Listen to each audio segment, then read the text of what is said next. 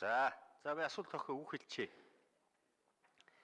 За өнөөдөр Монгол Улсын үндсэн хуулийн цэцгийн энэ дүгнэлтийг улсын хурал хэлэлцэж байна. Энэ цэцгийн дүгнэлтийг би дэмжиж байгаа.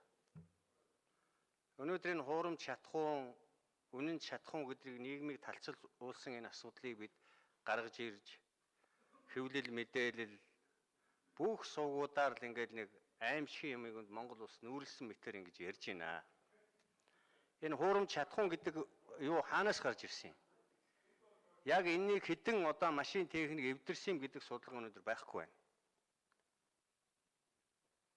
Энэ Оросын зах зээл шатахуун тослого материалын зах зээлийг Монгол улсад нийлүүлж байгаа хэдхэн тооны хүмүүс байгаа. Хэдхэн тооны компаниуд байгаа. Би 70 жил энийг эдэлж хэрэгжилж ирсэн. Гэтэл энд 2 дахь, 3 дахь зах зээлийг оруулж ирэхээр яагаад эсэргүүцээд байна? Энэ баруун Европын орнууд түүнчлэн Дундад Азийн орнуудад энэ технологиг хэрэглээд, нэвтрүүлээд өнөөдөр гаргаад ирлээ. Нэг орны хараат байдлаас бид нар яагаад гарч болдгүй? Яагаад 3 дахь зах зээл байж болдгүй юм? Хуурамч шатахуун гэдэг айдас хүйцээр ард түмнийг айлгаж цаана бизнес хийдэг ийм бохир технологи болох хэрэгтэй байна. Бид нар энэ дээр дүгнэлт хийх хэрэгтэй байна. Үнэхээр өнөөдөр Монголын засгийн газар Монголын төрөөс хуурамч бишийг тогтоосон нэг ч баримт өнөөдөр байхгүй. Зүгээр тийм ам яриа үлгэр одоо пиар л яваад байгаа болохоос биш. Би энэ асуудлыг бас зохицуулахын тулд улсын хурлын гишүүний хавьд би хуулийн төсөл өргөн барьсан. Их хурл хилцэхгүй байгаа юм. Хилцхийг хүсэхгүй байгаа юм.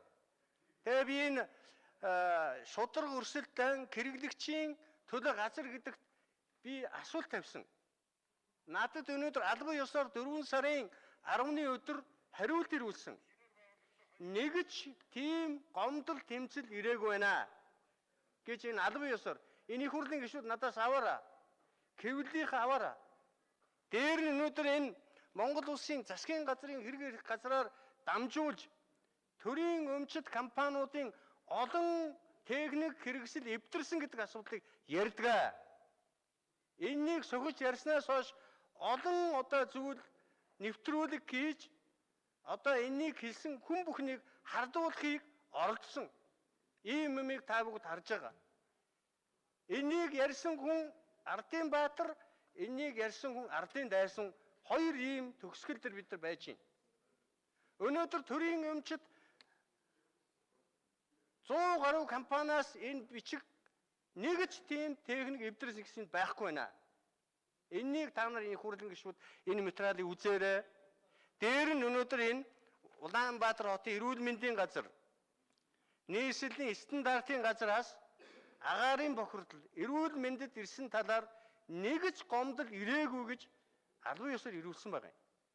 Тэгэхээр бид нар өнөөдөр 3 дахь зах зээлийг оруулъя, хэрэглэгч хаан гэдэг байр суурийг Монгол Улсын үндсэн хууль өнөөдөр хууль дээдлэх зарчмын хүрээнд татвар төсөвтэй холбоотой асуудлыг засгийн газар шийднэ гэсэн энэ зарчим алдагдсан байна л гэсэн.